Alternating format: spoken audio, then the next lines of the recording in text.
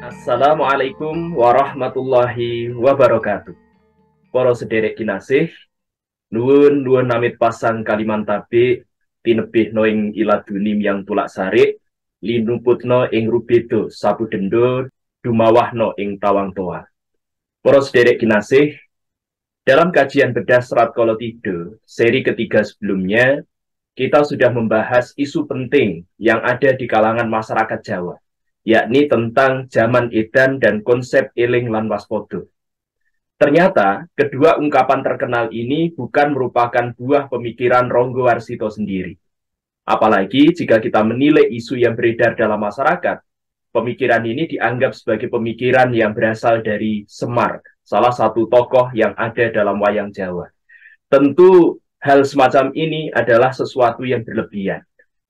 Jadi, kedua ungkapan yang terkenal itu bukan merupakan buah pemikiran Ronggo Warsito sendiri dan juga bukan merupakan karya Semar, melainkan diambil dari karya lain yang telah sebelumnya ada. Dalam bedah naskah Qolatido keempat kali ini, kita akan melanjutkan pembahasan hasil pemikiran yang murni yang berasal dari Raden Ngabei Ronggo Warsito sendiri. Pemikiran tersebut lahir dari perjalanan kehidupan Sang Pujangga Surakarta itu sendiri. Ia bertahan menghadapi kerasnya tantangan hidup melalui berbagai ikhtiar yang telah diupayakannya. Dan pada akhirnya, hal itu membawa dirinya pasrah kepada semua kehendak yang berasal dari Allah Subhanahu wa Ta'ala. Bagaimana Ronggo Warsito menghayati kehidupan dan belajar melaksanakan proses internalisasi nilai ke dalam jiwanya. Para sederek kinasih kajian naskah Jawa, selamat menikmati sajian video ini. Semoga bermanfaat.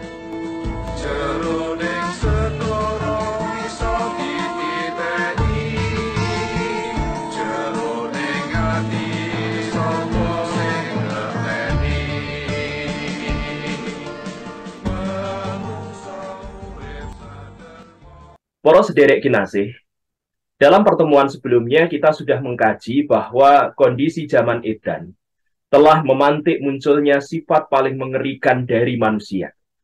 Hanya karena berburu kenikmatan duniawi, manusia tidak jarang tega memangsa sesamanya. Pada akhirnya, Serat Qolatido memberikan solusi untuk mengatasi zaman edan ini. Manusia harus selalu menjaga eling lan waspodo. Jadi mereka harus senantiasa ingat dan waspada. Hanya melalui eling lan waspodo inilah manusia tetap bisa menjaga kewarasan tanpa terombang-ambing dalam dunia yang terus bergolak. Hari ini kita akan melanjutkan kajian naskah Serat Qolatido pada bait yang ke-9 dan ke-10. Para sederek kinasih, mari kita lanjutkan kajian dengan membahas bait ke-9 Serat Qolatido.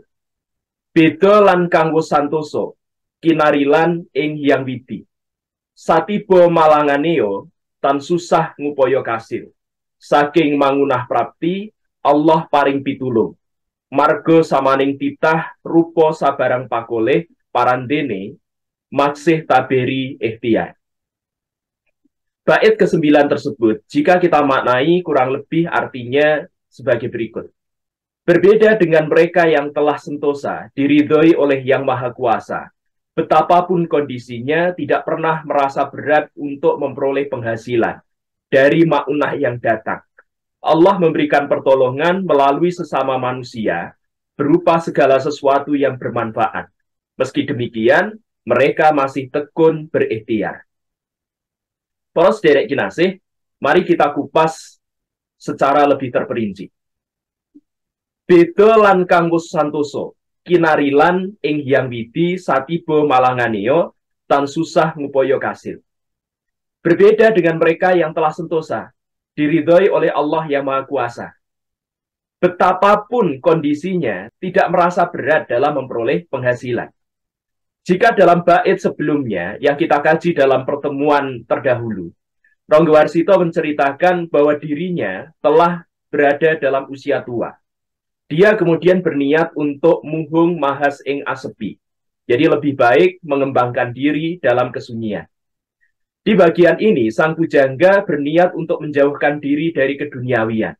Maka dalam bait ke-9 ini, Sang Pujangga menceritakan tentang orang yang telah sentosa atau kokoh mendapatkan ridho dari Allah. Berbeda dengan kebanyakan orang, orang yang telah sentosa karena mendapatkan ridho dari Tuhan, maka apapun kondisi yang dialami akan mudah untuk memperoleh rizki.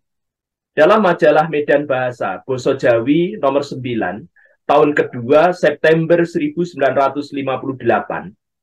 menafsirkan kata santoso ini sebagai orang yang khos atau orang yang khusus, yaitu orang yang memiliki keyakinan yang kuat terhadap Allah, sehingga kebutuhannya akan tercukupi, sebab Allah tiada henti memberikan pertolongan dan selalu dibukakan kesempatan yang luas. Penafsiran Medan Bahasa Boso Jawi ini dikuatkan oleh Kamajaya alias Karkono Partokusumo, seorang pemerhati Javanologi dalam buku yang ia tulis yang berjudul Zaman Edan. Beliau menyatakan bahwa orang yang sentosa jiwa dan kuat pendiriannya selalu ikhlas mengabdi kepada Allah, taat dan tawakal, menghindari perbuatan yang keliru. Tidak ada penyimpangan dalam perilakunya dan oleh karenanya maka dia mendapatkan keridhaan dari Allah. Martabatnya diangkat menjadi lebih tinggi, dia mendapat banyak pertolongan dari Allah termasuk dalam urusan penghasilan atau rizki. Dengan demikian, orang yang sentosa yang digambarkan oleh Ronggo Warsito dalam bait ke-9 sejatinya mengacu pada orang yang beriman atau mukmin, yang memiliki keyakinan yang kokoh kepada Allah Subhanahu wa Ta'ala. Mengapa tafsir kata sentosa ini ditujukan untuk mukmin? Hal ini berkaitan dengan kata mangunah dalam kalimat berikutnya. Saking mangunah prapti, Allah paring pitulung, margo samaning titah, rupo sabarang pakoleh, parandene maksih taberi ikhtiar. Dari maunah yang datang, Allah memberikan pertolongan melalui sesama manusia, berupa segala sesuatu yang bermanfaat. Meski demikian, mereka masih tekun berikhtiar. Mudahnya orang yang sentosa mendapatkan rizki dinyatakan oleh Ronggo Warsito karena saking mangunah prapti, dari mangunah yang datang. Apa yang dimaksud dengan mangunah itu? Kata mangunah ini berasal dari bahasa Arab ma'unah. Ma'unah sendiri maknanya kemuliaan yang diberikan Allah kepada hamba-hambanya yang beriman untuk mengatasi kesulitan. Jadi di sini, maka hubungan antara istilah sentosa yang dimaknai sebagai keberimanan dengan pertolongan Allah berupa ma'unah memiliki keterkaitan. Perlu dipahami, Ronggo Warsito sendiri adalah seorang santri. Di masa mudanya, beliau merupakan santri dari pesantren Gebang Tinatar, Tegalsari, Ponorogo. Beliau berada di bawah asuhan Ki Ageng Besari. Kalimat saking mangunah prapti dari ma'unah yang datang kemudian dilanjutkan dengan ungkapan Allah paring pitulung, margo samaning titah, yang bermakna Allah melimpahkan pertolongan melalui sesama manusia. Dalam bentuk apakah pertolongan Allah tersebut? Ronggo Warsito kemudian menjawab, rupo sabarang pakoleh, berupa segala sesuatu yang bermanfaat.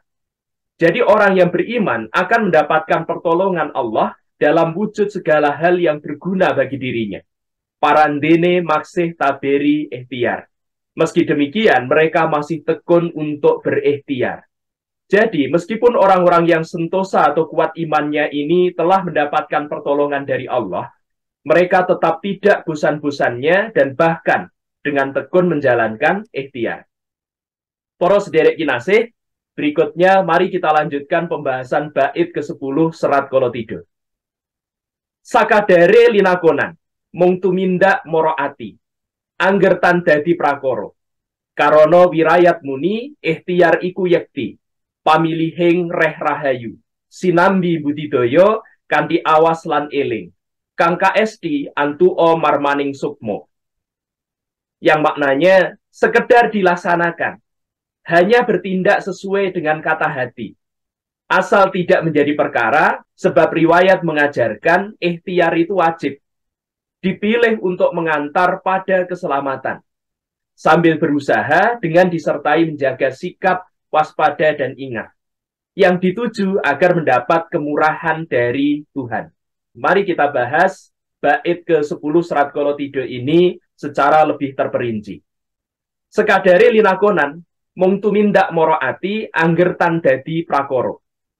Sekedarnya dilaksanakan, hanya bertindak sesuai dengan kata hati, asal tidak menjadi perkara. Sekadare linakonan. Jadi orang yang sentosa tadi, terus berikhtiar dengan menjalankan segala sesuatu secara sewajarnya. Ikhtiar itu diselaraskan dengan situasi dan kondisi yang ada, serta dilaksanakan dengan tidak berlebih-lebihan. Mereka hanya bertindak berdasarkan dorongan hati. Yang penting hal itu tidak mendatangkan perkara baru. Mung tuminda emorati. Jadi mereka hanya mengikuti kehendak yang berasal dari hatinya. Kalau dalam bahasa agama, istafti kolba. Jadi mintalah fatwa kepada hatimu. Meskipun demikian, mengikuti kata hati ini juga memiliki batasan. Bukan dilakukan secara serampangan. Setiap ada kemauan lantas dituruti. Bukan demikian, tapi ada batasannya. Apa batasannya? Angger tan dadi prakara, asal tidak menjadi perkara atau tidak menjadi masalah. Jadi setelah melakukan perbuatan itu tidak timbul masalah baru. Mengikuti kata hati yang dimaksud tentu tetap harus dihubungkan dengan ungkapan sebelumnya. Hati yang dimaksud adalah hati manusia yang telah sentosa. Hati yang di dalamnya terdapat cahaya keimanan. Sehingga munculnya perkara atau masalah baru itu diharapkan tidak akan terjadi. Apalagi perkara yang mempengaruhi dunia batin, sehingga semakin membawa manusia jauh dari tuntunan keutamaan. Kemudian dilanjutkan dengan kalimat berikutnya, karono wirayat muni, ikhtiariku yakti, pamiliyeng reh rahayu. Sebab riwayat mengajarkan ikhtiar itu wajib, dipilih untuk mengantar pada keselamatan. Jadi Ronggo Warsito menyatakan, karono wirayat muni, ikhtiariku yakti. Sebab ada riwayat yang menyatakan bahwa ikhtiar itu wajib. Pamiliyeng reh rahayu. Jadi ikhtiar itu sendiri adalah sebuah pilihan untuk menuju kepada keselamatan. Majalah Medan Bahasa, Boso Jawi nomor 9 tahun kedua, September 1958, menafsirkan bahwa ikhtiar itu adalah jalan keselamatan. Dilaksanakan dengan pemikiran yang mendalam, disertai dengan kewaspadaan, dan selalu disertai pula dengan rasa ingat kepada Allah. Dengan harapan akan mendapatkan kemurahan yang berasal dari Allah. Mendapatkan karunia-Nya. Jadi hal ini sejalan dengan pernyataan Allah. Fa'idha kudiyatis sholah. Fangtasiru fil ardi wabtahu min fadlillah. Wadkurullaha katsiran la'allakum tuflihun. Apabila sudah dilaksanakan sholat, maka bertebaranlah kalian di muka bumi dan carilah karunia Allah. Dan ingatlah Allah sebanyak-banyaknya agar kalian termasuk orang-orang yang beruntung. Para sederek kinasih, lalu dilanjutkan dengan kalimat sinambi budidaya kanthi awas lan eling kang kaesti antu o marmaning sukmo. Sambil berupaya disertai menjaga sikap waspada dan ingat yang dituju agar mendapat kemurahan dari Tuhan. Upaya ikhtiar itu dilaksanakan sinambi budidaya kanthi awas lan eling. Sambil berupaya maka disertai dengan awas lan eling. Jadi waspada dan ingat. Istilah awas lan eling ini sebenarnya adalah bentuk lain dari pernyataan eling lan waspada yang sudah kita kupas dalam bedah Serat Kolotido seri ketiga sebelumnya. Jadi dengan demikian Ronggo Warsito menekankan kembali bahwa ada 3 kunci ikhtiar yang harus dijalani manusia dalam kehidupan. Yaitu yang pertama budidaya.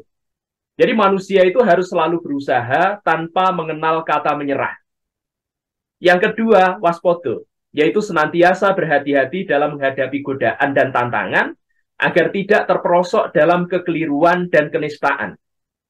Selalu mengedepankan kebenaran dalam setiap tindakan, dan di sini manusia perlu memahami esensi takwa yang berdimensi pada kehati-hatian.